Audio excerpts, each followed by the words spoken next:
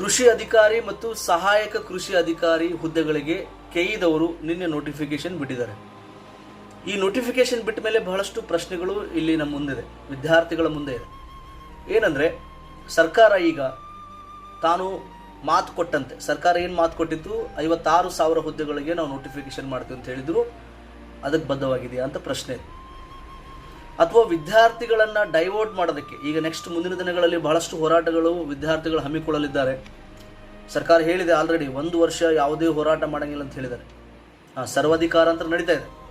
ನಾವೊಂದು ವಿಡಿಯೋ ಮಾಡಿದ್ದೆ, ಡಬಲ್ ಶೋಷಣೆ. ಈ ಸರ್ಕಾರ ಡಬಲ್ ಶೋಷಣೆಗೆ ಭಾಳ ಫೇಮಸ್ ಇದೆ. ಯಾವುದಕ್ಕೆ ಫೇಮಸ್ ಇದೆ? ಡಬಲ್ ಶೋಷಣೆ. ಒಂದನೇ ಶೋಷಣೆ ಏನು? ನೇಮಕಾತಿ ಮಾಡುವುದಿಲ್ಲ, ವಿದ್ಯಾರ್ಥಿಗಳಿಗೆ ಕಾಡೋದು, ವಿದ್ಯಾರ್ಥಿಗಳ ಜೀವನ ಜೊತೆಗೆ ಆಟ ಆಡೋದು, ಅದು ಒಂದನೇ ಶೋಷಣೆ.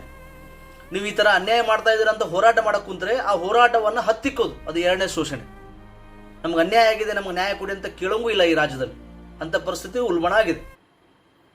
ಯಾವುದೇ ಹೋರಾಟ ಮಾಡಬೇಕಾದ್ರೆ ಕೋರ್ಟಿಂದ ಪರ್ಮಿಷನ್ ತಗೊಂಡು ಹೋರಾಟ ಮಾಡಬೇಕಾದ ಅನಿವಾರ್ಯತೆ ವಿದ್ಯಾರ್ಥಿಗಳಿಗಿದೆ. ಇದು ದುರಂತ. ಸೊ ಈಗ KPSC ಆಗಲಿ ಅಥವಾ ಸರ್ಕಾರ ಆಗಲಿ ಸ್ಪಷ್ಟೀಕರಣಗೊಳಿಸಬೇಕು. ಈಗ ನೀವು ಕೃಷಿ ಇಲಾಖೆಯಲ್ಲಿ ಏನು ನೋಟಿಫಿಕೇಶನ್ ಮಾಡಿದಿರಲ್ಲ, ಅದೇ ಥರ ಇನ್ನು ಮುಂದಿನ ಕೆಲವೇ ದಿನಗಳಲ್ಲಿ, ಅಂದರೆ 2-3 ದಿನ ಅಥವಾ 1 ವಾರದಲ್ಲಿ ಎಲ್ಲವೂ ನೋಟಿಫಿಕೇಶನ್ ಮಾಡ್ತಿರೋ, ಅಥವಾ ಇದೊಂದೇ ಮಾಡಿ ಸುಮ್ಮನೆ ಬಾಯಿಗೆ ಅದೇನಂತಾರಲ್ಲ, ಬಾಯಿಗೆ ತುಪ್ಪ ಒರೆಸ್ತಾರೆ, ಬೆಣ್ಣೆ ಒರೆಸ್ತಾರೆ ಅಂತಾರಲ್ಲ, ಆ ಥರ ಆ ಕೆಲಸ ಮಾಡ್ತಾ ಇದ್ದೀರೋ. ಸೊ ಇನ್ನು 2-3 ದಿನದಲ್ಲಿ ಗೊತ್ತಾಗುತ್ತೆ. ನನಗನ್ಸುತ್ತೆ 2-3 ದಿನದಲ್ಲಿ ಕ್ಲಿಯರ್ ಒಂದು ಐಡಿಯಾ ಬಂದೇ ಬರುತ್ತೆ. ಇವರು ಮುಂದಿನ ಈ ಪೊಲೀಸ್ ಡಿಪಾರ್ಟ್ಮೆಂಟ್ದು ಅವುದು ಭಾಳಷ್ಟಿದ್ದಾವೆ, ಅವು ನೇಮಕಾತಿ ಇವರು ಮಾಡಿಲ್ಲ ಅಂದ್ಕೊಳ್ಳಿ. ಸೊ ಈಗ ವಿದ್ಯಾರ್ಥಿಗಳನ್ನು 100% ಇವರು ಡೈವರ್ಟ್ ಮಾಡೋದಕ್ಕೆ ಸಂಘಟನೆಗಳ ಹೋರಾಟವನ್ನು ಹತ್ತಿಕ್ಕದಕ್ಕೆ ಇಂಥ ಒಂದು ಉಪಾಯ ಮಾಡಿದ್ದಾರೆ ಅಂತ ಭಾಳ ಸ್ಪಷ್ಟವಾಗಿ ಗೊತ್ತಾಗುತ್ತೆ. ಇಲ್ಲ, ಅಷ್ಟು ನೋಟಿಫಿಕೇಶನ್ ಬಿಡ್ರಿ, ನಿಮ್ಗೆ ಯಾರು ಬೀದಿಗಿಳಿದು ಹೋರಾಟ ಮಾಡೋ ಪ್ರಶ್ನೆನೇ ಬರಲ್ಲ. ನೀವೇ ಮಾತು ಕೊಟ್ಟಿದ್ದೀರ, 1 ತಿಂಗಳ ಒಳಗಾಗಿ 56,000 ಹುದ್ದೆಗಳಿಗೆ ನೋಟಿಫಿಕೇಶನ್ ಬಿಡ್ತೀನಿ ಅಂತ ಹೇಳಿದ್ರಲ್ಲ, ಅದು ಬಿಡಲೇಬೇಕು. ಸೊ ನಾನು ಈ ವಿಡಿಯೋ ಮಾಡೋ ಉದ್ದೇಶ ಇಷ್ಟೇ, ವಿದ್ಯಾರ್ಥಿಗಳು ಯಾರೂ ವಿಚಲಿತರಾಗಬೇಡಿ. ಸರ್ಕಾರ ವಿದ್ಯಾರ್ಥಿಗಳ ಜೀವನ ಜೊತೆಗೆ ಆಟ ಆಡ್ತಾ ಇದೆ, ಭಾಳ ಹುಷಾರಾಗಿರಿ, ನಂಬಬೇಡಿ ಇವರು.